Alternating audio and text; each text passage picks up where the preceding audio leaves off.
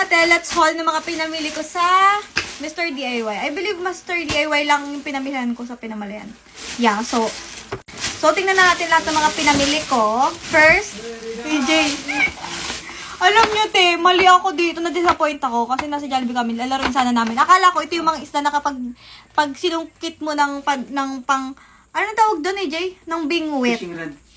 Arte, fishing rod. Ng panungkit. Panungkit. Pamingwit. Pamingwit. Pangawel. Pag ginano mo siya, mahaba yung buntot niya. Ibig sabihin, magaling ka doon. Kapag maiksi, hindi. Yung pala ito ay nilalagyan ng battery, tapos gumagalaw-galaw, tapos bubuka yung bibig, tapos kailangan mo lang ma-shoot. Iba pala to, pero nabili ko na. Hayaan mo na. Okay, next, this one, salaan. Mali yung nabili ko nung nakaraan. Yung para pala yun kapag nagpa-fry ka. Fry.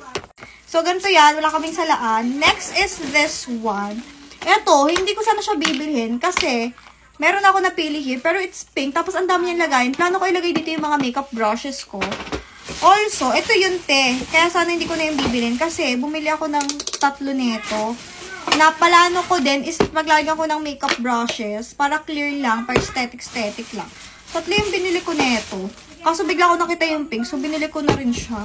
So, siguro yung iba dito, ilalagay ko na rin dito yung mga pangkilay, mga mahab eyeliner, ganon, mascara. Next naman, te, is this one, panghilod. May pang ano na ako brush, pero yung parang sponge, yung pampabula, wali. Tapos color pink siya, so binili ko na. Next is this one. Ito, paglalagyan ko siya ng mga beauty blender, laging pakalat-kalat yung mga beauty blender ko, mga sponges ko.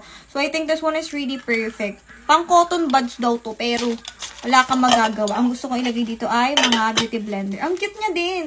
This is clear lang. Kita ko yung loob. Diba? Okay, next. Next, is ito. Meron silang combo pala nito. Yung binibili ko lang kasi before is ito lang. Ito talaga yung shampoo nila. Yeah. Shampoo with conditioner na kasi ito. Tapos meron palang kasama na may powder. So, itatry ko din ito sa mga dogs namin. Next naman is bumili ako ng maliit na ganito. So, hopefully kasya to dun sa maliit na drawer sa vanity. Kasi wala pa akong ganito kanipis lang. Paglalagyan ko sana ng mga lipstick. Hindi kasi pwede yung...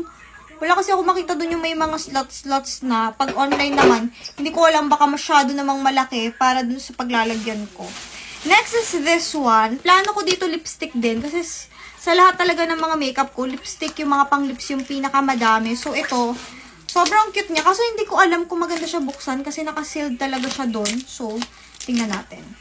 Ganito yung itsura niya. Jewelers ko ilalagay dito. Pero may lagay na kasi ako ng mga jewelers ko. So, pwedeng lipstick yung ilagay ko dito. Or mga gamit ko sa makeup na kung ano man. Tapos, akalitin ko na lang yung black kasi ayoko ng black. Hindi siya bagay sa aesthetic.